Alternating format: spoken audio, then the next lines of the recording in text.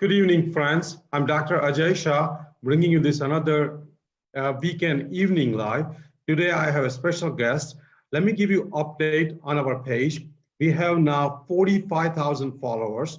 That's a great compliment to our teamwork, the way we are growing together, the way we are educating together, the way we are motivating each other. So that's a big achievement on our side as a team. We are bringing you all different type of topics. Today we have a topic which is very timely topic with COVID-19. We're going to revisit the COVID-19 starting from the history and the symptoms of COVID-19. You also know that we are doing now live with Jayashree, my wife's healthy cooking. Today we, matter of fact, made banana oatmeal energy balls, which already has a 700-800 views. So we will be bringing you 3 to 4 times a week live on all the healthy recipes. We also expanded other pillars. We are also bringing different guests on women empowerment, different guests on financial health, different guests on career, on environment, and many other important aspects which we need to grow as a successful person. So again, tonight's guest is a special guest to me. I know him for last 25 years. A great person, a great author. Matter of fact, he has written a book on primary care medicine, on prevention, a very successful book. I read that book multiple times, and we'll bring him back again on talking about his book and how to prevent many of the diseases. But tonight's topic is about COVID-19 specifically, and that guest is Dr. Salim Jaffer. Welcome, Dr. Jaffer. Thank you, Ajay. Good to see you again, and it's always a pleasure to see you. Yeah, great. So let me ask you, where do you live? What is your background? What kind of practice do you have? Okay, well, I am a gastroenterologist, and I practice gastroenterology in Goshen, Indiana, right now. And I have practiced gastroenterology for almost 25 years. Along with internal medicine. And I used to practice medicine and gastroenterology, as you know, in Lansing, and I then moved to Indiana, and that's where I am. I work in Indiana right now, practicing gastroenterology. I went to University of Michigan for my undergraduate degrees. I went to University of Toledo for the MD and did my gastroenterology fellowship at Johns Hopkins Hospital in Baltimore, Maryland. So in a nutshell, that's my overview. Yeah, that's a great clinical and undergrad background, University of Michigan, Johns Hopkins. So I think we definitely are fortunate to have you as our guest. So let's start with today's topic. Let's talk about COVID-19. COVID-19 obviously has been on everybody's mind for the last 6-7 months or more so in the world. But let me ask you a number one question. Where did it start and how did it start? Okay. Good question. And this has been actually debated over the past 6 months or so since we first got news that COVID had landed, the infection had landed in Seattle, Washington, D.C. around 15th of January. And since then, we have been debating as to how did this start. Most Americans had not heard of COVID prior to December. And even in December, COVID was in the news, and there was news about COVID infection ravaging China in December and January. Most Americans heard of the COVID infection on the news. But as time went on, the seriousness and the fatality power of the virus, so to speak, finally dawned on us, on Americans. And December went by and January came around. And in January, as I stated earlier, we saw our first COVID case in Seattle. And this is when we started taking this seriously. And so the question is, where did it come from? It came from Wuhan, China. Wuhan is a city of 11 million people in central China. And it is also the home of the Wuhan Institute of Virology. So it is an academic city. There is a university there, many colleges.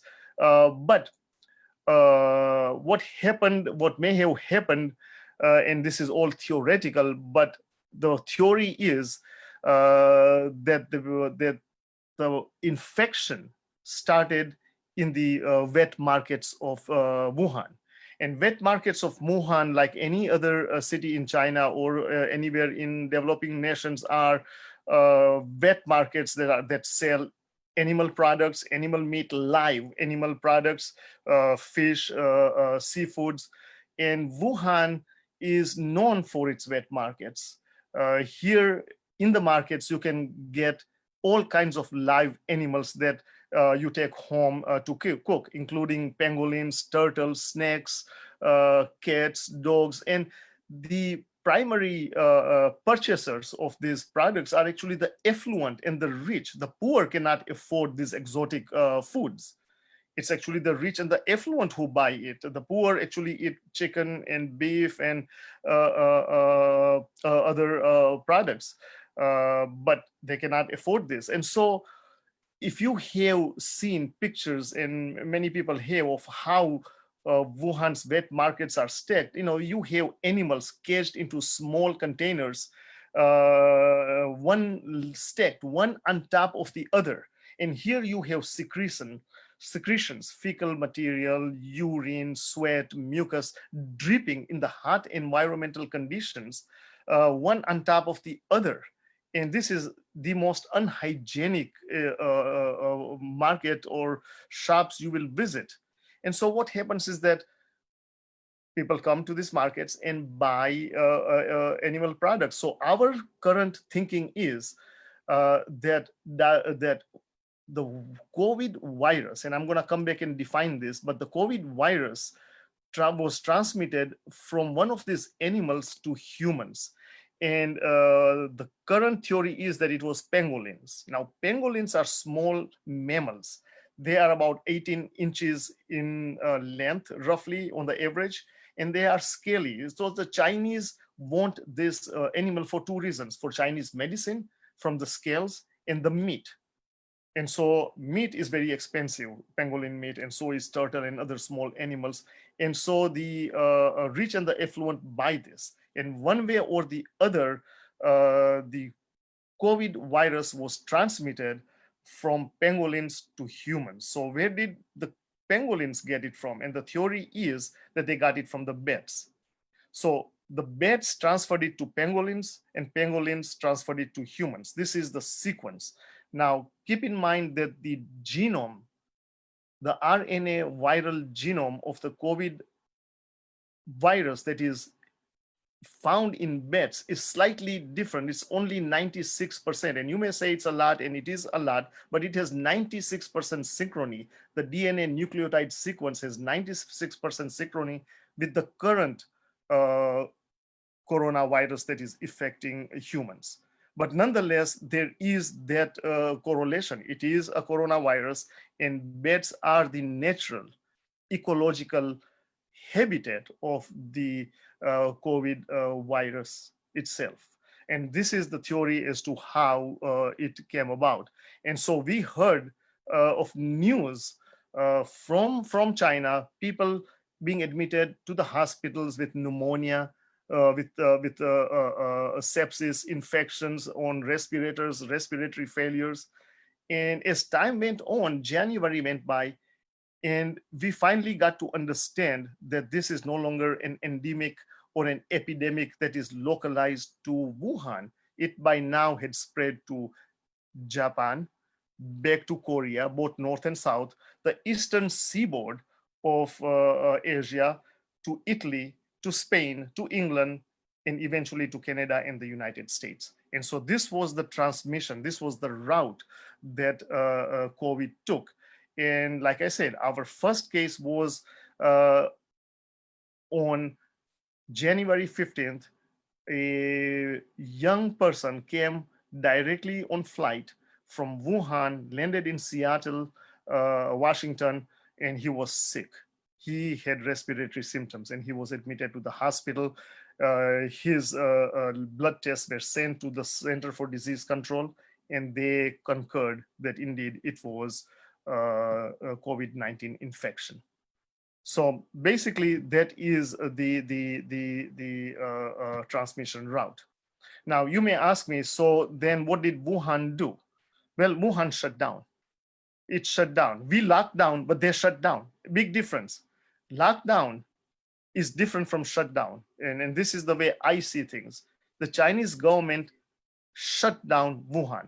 The train stations were closed, the bus stations were shut, the airplanes were shut down.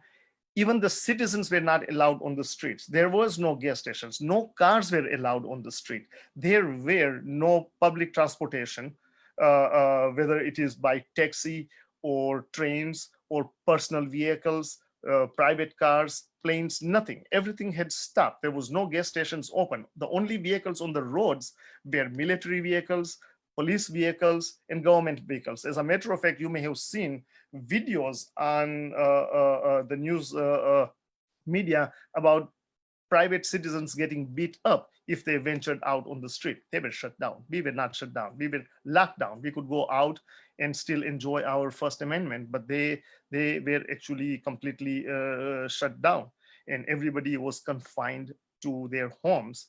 And one person was allowed to go buy some groceries and medicines for the family. But by then, like I said, it was now officially a pandemic. As a matter of fact, in March, I think, the World Health Organization, yes, March 20th to March 2020, World Health Organization declared the COVID-19 is a pandemic all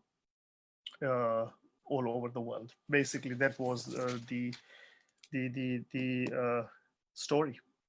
Yeah, that's an excellent, very, very comprehensive, very detailed story you describe. And I think not only I learned, but many of our followers learned from what you describe. So let me ask you a question. When it started in Wuhan, how severe it was it affecting pretty much every Wuhan citizen, or was it affecting people, and then Chinese government was slightly late in recognizing what was going on, and that might have made some of the travelers from Wuhan go all over the world. So do you think the initial response could have been slightly faster by the Chinese government? Absolutely, and I absolutely agree with your contention that yes, the Chinese government was late in its efforts to contain the virus, and we Americans were late too. But they were late in the fact that the infection had already spread to Japan and the Koreas and the rest of China actually shows that they were late in shutting down their own country. And this may be because of political reasons, because if you shut down an entire city, for example, of 11 million people, the world is going to know that there is something going on. But in the end, they had no choice. They had to shut down, because I believe, and I'm not an economist, but if you did not shut down Wuhan completely, Wuhan was quarantined from the rest of the China and the rest of the world. It was quarantined. The citizens of Wuhan could not go to any other parts of China. But like you said, and like I also implied earlier, that plane loads of people did leave Wuhan and landed all over the world, including Italy, Spain, the United States, Japan, and the Koreas. Italy, for example, at one time had become one of the epicenters in Europe for the infection. And in Italy, there are a lot of Chinese factories and industries manufacturing Chinese products that would be labeled made in Italy. And so they have their own workers there. And so they went back and forth. And even Europe was late in stopping the air travel between the two nations. But yes, China was late. But when they did finally realize that Wuhan had to be quarantined, they did go out of their way. They went an extra mile, like I described earlier, shut down the whole city. And as you recall, they also constructed one or two new special COVID specific hospitals ground up. That's how far they went. And so yes, at first they were lagging because the world had no idea what this was. Remember, the last true blue pandemic was somewhere in 1918, 1919, and that was what is known as the Spanish flu. And this is very similar to that pandemic, and we got it roughly, 100 years apart, and we were not ready for it. And we did not even suspect that this was going to be a pandemic. And Chinese thought that it was just some form of very severe pneumonia from either bacterial or viral. This is viral, of course, but they did not know back then, early in November, December, exactly what this was. And I'm talking about 2019. But finally, when they did realize, they did quarantine a whole city. Wow, wow. So let me ask you some kind of a semi-medical question. When it comes down to the virus, every year we get viral flu. All of us, go through that. Some of us get sick. Some of us, get very sick. And unfortunately, some of the Americans unfortunately die. And that's the reason this flu vaccine has always been recommended to certain high-risk people, including all the medical personnel, all the elderly, other people. So please tell us, when you compare the virus of COVID-19, the coronavirus, and the virus of just garden variety flu, which we get it every year, how they are different and which virus is more deadly and causes more severe disease? Okay, well, the coronavirus is more deadly. Let me first define a virus, and then I will come back to this question. And if I take another route, remind me. But a virus is not a living animal. It is not a living thing. In biology, it is considered outside the boundaries of animals. So a virus is a particle that is either DNA or RNA with an envelope around it, and I'm going to describe it is in the most simplest way. So the what we call today the coronavirus, the phrase coronavirus is a general simplistic definition or name of this virus. So the coronavirus is an RNA virus, and it is surrounded, it is enveloped with a bilayer of lipid. It is a lipid bilayer coat to it. The lipid bilayer envelope contains glycoproteins and proteins. And so in a nutshell, in simplistic form, this is what coronavirus is. It's an RNA virus covered with the protein and the glycoprotein embedded in its lipid bilayer. Now, what happens is that the protein on the coronavirus binds to human cells. The virus needs the human's metabolic machinery as well as the DNA synthetic machinery and the RNA synthetic machinery to replicate and multiply.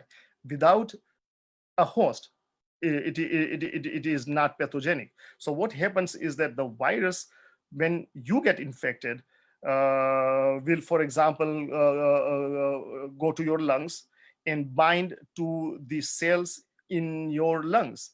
And it is the protein on the virus's envelope that binds with a receptor on your lung cells. And the receptor on your lung cells are the angiotensin converting enzyme receptor 2, also known as ACE2.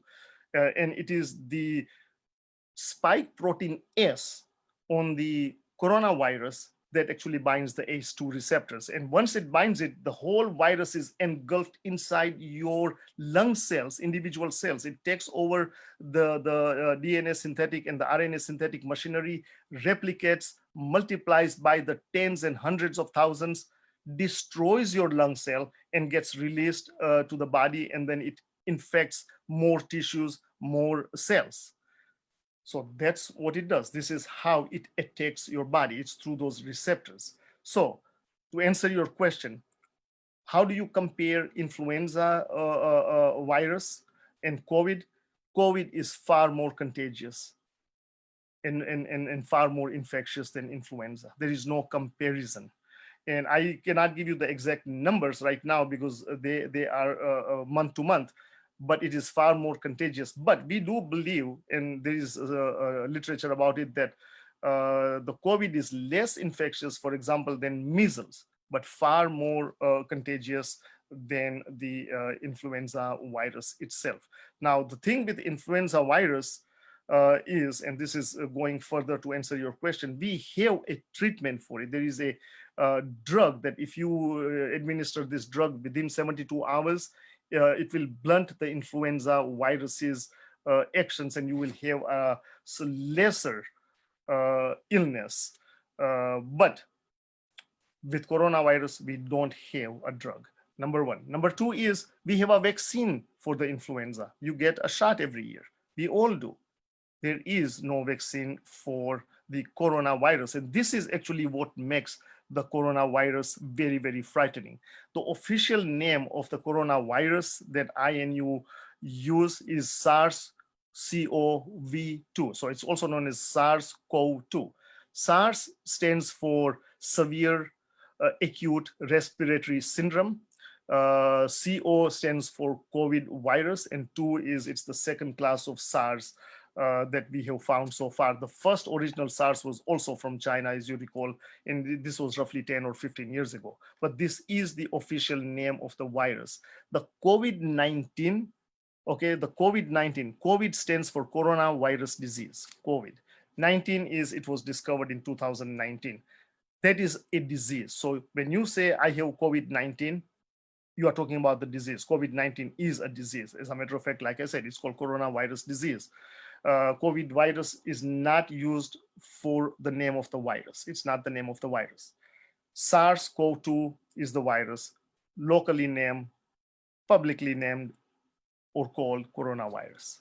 And so that's pretty much the difference between the coronavirus and the influenza, and why this is such a frightening pandemic is because according to statistics by itself, in the United States, as of now, there are roughly 4.3 million diagnosed cases, 4.3 million, with 150,000 deaths. Around the world, globally, there are 15.9 million cases of this infection with 642,000 deaths. It's very frightening. And like I said, we neither have the vaccination for it, nor do we have a drug for it. Exactly what peoples back in 1918 and 1919 were undergoing. They were undergoing a pandemic of the Spanish flu. It didn't really come from Spain, but it is known as the Spanish flu pandemic. And even back then, it was frighteningly a very terrible disease for the same reason. They neither had the vaccine for it, nor did they have the drugs for it to blunt the effect or cure the virus. Wow, that's an excellent description of the virus, teaching us the virology, also comparing to the flu 100 years ago. And I think you said it such a right way that this coronavirus or SARS-CoV-2 is much more infectious, much more lethal, much more causing disease. So let me ask you the next question. We all are going to get exposed to this virus one day or later. Everybody's going to get exposed. Who are the people who will get exposed and will live through a minor illness or no symptoms, no illness? And who are the people who will suffer more morbidity or more disease state or more even dying concerns and dying chances? So who are the people who should be very, very careful about this coronavirus itself? That's actually an excellent question, because this is what actually that's an excellent question for many reasons, but the main reason is the audience needs to know this, because this will help them make decisions concerning how they go about their public life. Very, very important question. You are talking actually about risk factors, basically. So what are the risk factors for getting a severe infection resulting in probably death? Very, very important question. So we don't have, as you know, because this is a new infection, a lot of statistics, hardcore, double-blinded, placebo-controlled studies on the risk factors. But based on other illnesses, viral infections, and based on what we have seen so far over the last 6 months, and we have a lot of data, and all we need to do is put it together. But let me go through the risk factors. Number one is the age itself, and there is no cutoff.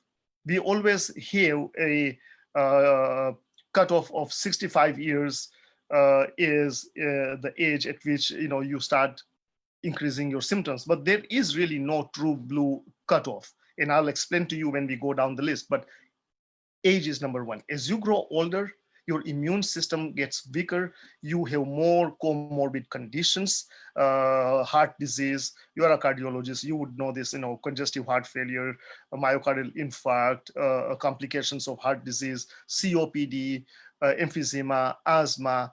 So as you grow older, you have propensity towards more illnesses and diseases that are chronic, and that puts you at risk. Age by itself is a risk factors, but one of the reasons why age is a risk factors because it is associated with other comorbid conditions.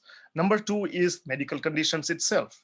As I said, COPD, emphysema, asthma, heart disease, chronic liver disease, chronic kidney disease, decreased immunity, decreased immune response from cancers and other illnesses are risk factors. So if any of your audience has risk factors that are chronic, they are at risk then therefore for precipitating the infection at a first shot. Number three, medications. Let's talk about medications a little bit. A lot of medications are immunosuppressants. So if you are on prednisone, and a lot of people are on steroids and prednisone, a lot of people are on chemotherapy, which is immunosuppressant. So any immunosuppression medication, such as steroids, cancer, immunosuppressive medications will put you at risk for this because your immune system is down.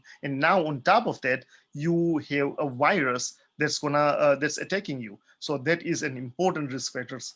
Occupation. People like you, Ajay, in healthcare, nurses, doctors, those individuals, first line professionals who come across patients with COVID are at great risk. And there are other people too, people who work in crowds, people who are exposed to big crowds are also at risk for this infection. Smoking is a risk factor. Don't forget smoking. Smoking has been a risk factor for a lot of things.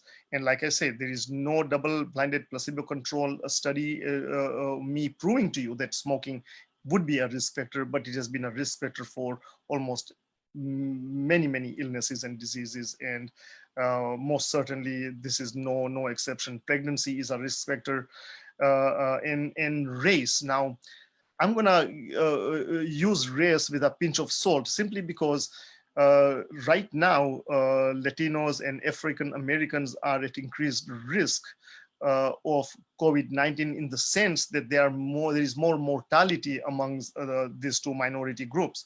But I think it is associated with their socioeconomic conditions more so than the actual race itself. And it is everything to do with how much access you have to healthcare. And if you are poor, and African Americans and Latinos tend to be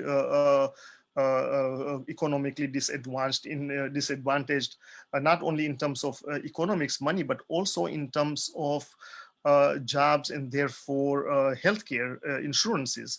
And so they right now we are seeing a higher propensity for corona to infect them. They also live in more crowded conditions in New York, Chicago, LA, in bigger cities, and also cities in Florida and Texas. And so they would be at risk as well. And traditionally, medical sociology has taught us that these groups are the least likely to obtain healthcare when something is wrong. They try to live through it until the symptoms become severe and then go to the doctor when they cannot do anything about it. But nonetheless, race has been listed for these two groups as a risk for the coronavirus. No, I think that's an excellent description. And I think, as I understand myself also, that high blood pressure, diabetes, Absolutely. and most importantly, obesity has been a major risk factor in terms of mortality. I have seen and I've heard many young people in their 30s and 40s who are morbidly obese, they actually are at one of the highest risk of dying. And I agree with you. I think some of the like African Americans and Latinos, many times I don't think it has more to do with race. I think it has to more to do with higher chances of having many chronic disease, including obesity in many of the African American women. Like African American women after age 65 is the highest, almost 50% of African American women above 65 are obese. So that's one thing. Second thing, I think this actually gives us a great opportunity to learn more about whole food plant-based diet, maintaining a lean body habitus, having a healthy lifestyle following all the 6 pillars, including healthy eating, exercise, not smoking, sleeping well. Because one of our guests actually last week, he clearly and with very confidence, he said he's a whole food, plant-based, lifelong, non-animal products eater. He said that he absolutely is not worried about COVID-19 because he knows that with all the healthy lifestyle, his immunity is so strong, COVID-19 will come as a minor viral illness for a day or two, and then it will just go away. So I think the message to you and me and the whole world is that, like you said, if you are healthy, many of these illnesses will come and go, and you will survive through it. And that applies not just to COVID-19, but that applies to all the things in life, including getting in a car accident, getting into any kind of other unfortunate events. We survive better when we are healthy. So I think there's actually a push that when they were making a committee to fight this COVID-19 at a national level, there was a push from one of the whole food plant-based leader, Dr. Barnard, that they should include a committee member who's a proponent of this whole food plant-based vegan movement, because those people tend to be leaner, tend to be healthier. So I agree with you. I think chronic disease plays a large role in terms of who will get a lot of serious symptoms and who will possibly die from COVID-19. So that's a great description you gave us. So let me ask you the next question. Okay, right. So let me read to you a few other things. And you mentioned, because I had a list and I did not go through the whole list of medical conditions, but you mentioned some of the most important ones, and I did. So it's coronary artery disease, congestive heart failure, COPD, asthma, emphysema, cancer, obesity. You mentioned that. That was a good thing. I missed that. Sickle cell, patients with sickle cell anemia, decreased immunity, liver disease, diabetes, mellitus, hypertension. Correct. All of those are very important risk factors. And you mentioned something even more important, that the race plays a role, not simply because of the genetic race. It is about socio-cultural issues with access not only to healthcare, but you also mentioned that these communities tend to be more at risk for chronic diseases as well, including obesity and diabetes and hypertension. So very important. Yes, go ahead. Wow, that's great. So let me ask you the next important question. All our followers and listeners want to know that how would a person know that they got COVID-19 or corona infection? What would be the symptoms and what they will feel if they get the virus? Okay, give me a couple of minutes, 2 or 3 minutes to answer that. Let me first say, then start out, because it is a sequence and it is very important that people understand this. So when you get infected, you go to a shopping center, somebody sneezes into you, coughs into you, and you are not protected, they are not protected, and sometimes that does happen. We are all supposed to wear masks and keep our distances. But let's say some way or the other you get infected. So in the first 4 to 7 days and up to 14 days after infection, there are no symptoms. This is the incubation period. Okay, in the incubation period, there are no symptoms, but the patient is infectious. There is infection. They have precipitated the infection, and like I said, in the first 4 to 7 days and up to 14 days, the virus is incubating, and you are infected, and so you are infectious. You are contagious, but you are asymptomatic. And then after this period, after the incubation period, 4 to 7 and up to 14 days, it varies from people to people, patients start to develop symptoms of the infection. When you start developing symptoms of infection, you are very contagious. You are very infectious. You are infectious earlier too, but as you develop the symptoms, you are very infectious in the sense that now you are able to cough into people beyond your control. Your respiratory tract will make you cough, sneeze, you speak loudly, you are transmitting the micro droplets, the aerosolized microscopic particles, droplets from your respiratory and oropharyngeal area onto other people, that is carrying immense load of the virus. And so you are very contagious, very infectious. Symptoms are fever, coughing with or without sputum. Usually early there is no sputum production, but late, especially when there is a super infection with another bacteria. Let me rephrase that. When there is a super infection with bacteria, coronavirus is a virus, but with a bacteria, then you get sputum production. And you have muscle aches and pains, your appetite is poor, you are sneezing, you have sore throat. In South Korea, one of the predominant symptoms is loss of smell. And GI symptoms are also part of it. A lot of people get nausea, vomiting, and diarrhea. You know, there is cardiovascular symptoms, and there are neurologic symptoms as well. But there can be no symptoms. In somebody who has a strong immunity, they are younger, they get infected, and if their body is able to fight back effectively, they may just have like minor pains and aches that they don't even complain to you about. They are by and large asymptomatic from a respiratory standpoint. And when you start getting short of breath, and I didn't mention that earlier, it's a late symptom. You know, your respiratory tract is compromised at that point. So the answer is watch out for starting out with muscle aches and pains. You will start feeling that actually maybe very early. Then you will have fever, you'll start to have sore throat, you may cough, there may be sputum, maybe not. You may feel nauseated, your appetite is down. Sometimes there is loss of smell, the sensation of smell, and you may have other GI symptoms, cardiovascular symptoms, neurologic symptoms to be precipitated as well. But those are very non-specific symptoms. So when you have a GI tract symptoms, I'm a gastroenterologist, and when I see patients with GI symptoms, I'm always on the defensive. Could this be corona? So we are careful, and everybody is careful with any symptoms, but most people have respiratory tract symptoms, but they can have symptoms outside the respiratory tract.